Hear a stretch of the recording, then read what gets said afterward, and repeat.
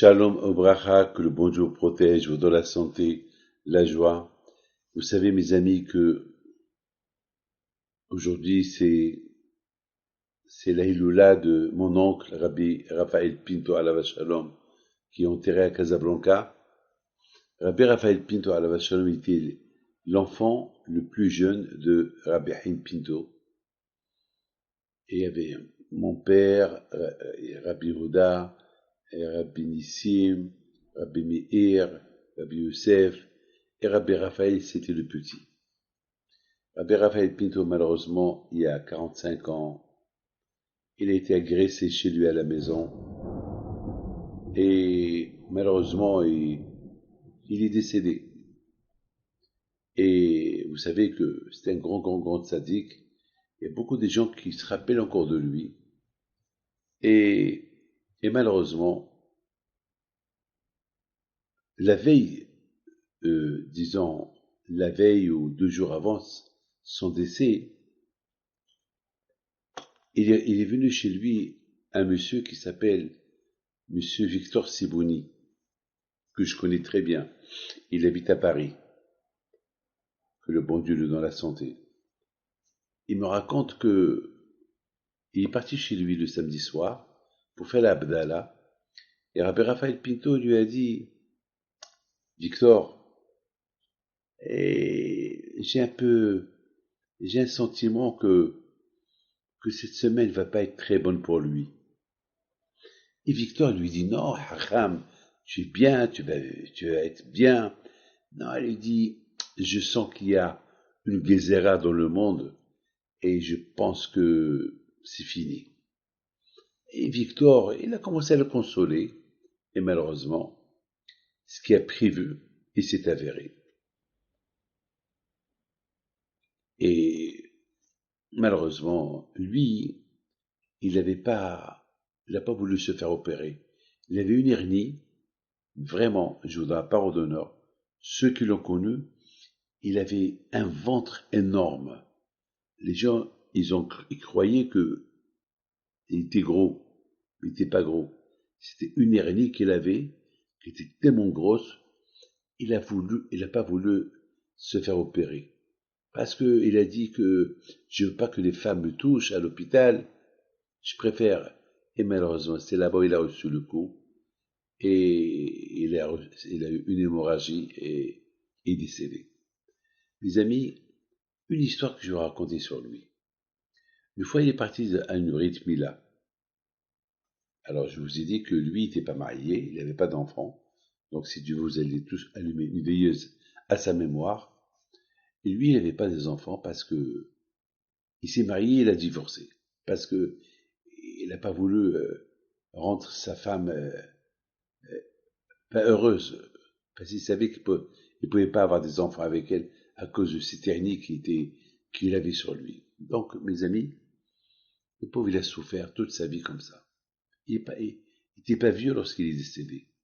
Il est décédé il y a 45 ans. Maximum, il avait peut-être 65 ans lorsqu'il est mort. Alors, il est parti à une Brit Mila, et lui, il avait l'habitude de demander la tzedaka à tout le monde. Il savait combien d'argent tu as dans ta poche. Il était un prophète. Tout le monde sait que Rabbi Raphaël Pinto est un prophète. Il savait, et tout le monde lui donnait, parce qu'il faisait la tzedaka avec. Il donnait aux pauvres, il donnait beaucoup aux Marocains.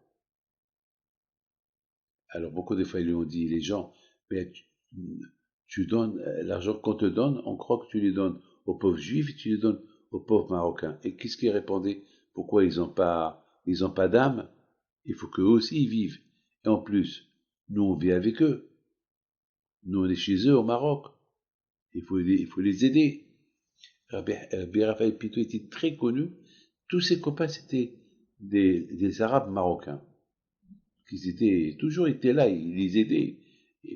Et, et chaque Marocain qu'il avait besoin de quelque chose, il y avait une adresse. Rabbi Raphaël Pinto. Il était là pour les aider. C'était connu. Il y a beaucoup des fois il y avait certains juifs qui n'ont pas voulu lui donner de l'argent. Oui, notre argent, il va pas dans la vraie tzedaka. Et lui, il les reprochait. Non, La tzedaka, c'est la tzedaka. Il nous dit pourquoi le bon Dieu, il fait pas la tzedaka à tout le monde. Le bon Dieu fait la tzedaka à tout le monde. Alors, c'est comme ça. Malheureusement, c'est pas tout le monde qui comprend les choses comme ça. Donc lui, il était là pour... et mon père aussi était pareil. Mon père, Alain Shalom, était très connu que lorsqu'il était au Maroc, les Marocains, les Juifs, tous venaient chez lui, il leur donnait la tzedaka. Et il faisait pas de différence que Dieu préserve. Il était comme ça, et il était bon, c'est ça, hnin, il faut être bien.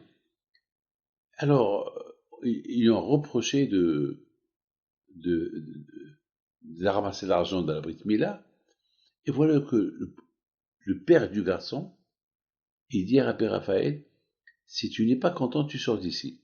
Je veux pas que tu ramasses l'argent chez mes invités. Rabbi Raphaël Pinto, il le regarde, je lui dis, tu sais que ta maison, elle devait brûler. Et je suis venu pour ramasser de l'argent pour qu'elle brûle pas. Mais maintenant que tu veux pas que je ramasse l'argent qui va t'apporter bonheur, alors c'est la maison, elle doit brûler, qu'elle brûle. Mes amis, il a terminé ça, et le gaz, il a explosé à la cuisine. Vous savez, à l'époque, les gens, ils faisaient la Brit Mila à la maison. Il y a eu un feu, et toute la maison a brûlé, sauf un mur qui n'a pas brûlé, là où il y avait la photo de Rabbi Haïm Pinto. Et Rabbi Raphaël Pinto, avant qu'il a quitté la maison, il a vu la photo de Rabbi Haïm Pinto. Il a dit, toi, tu vas pas te brûler, toi, tu vas te protéger. C'est ça l'histoire. Très belle histoire. On me l'a raconté. Ah, bien sûr, à la fin, ils sont partis chez Rabbi Raphaël Pinto pour lui demander pardon, etc., etc., etc. Et après, il est venu pour l'inauguration de la maison parce qu'ils l'ont retapé encore. Mais la photo de Rabbi Haïm Pinto, elle n'a pas brûlé. Et des milliers d'histoires comme ça sur Rabbi Raphaël Pinto. Que son zéro d'ailleurs, mon fils, il le nommait sur lui. Que le son mérite soit avec vous. Amen.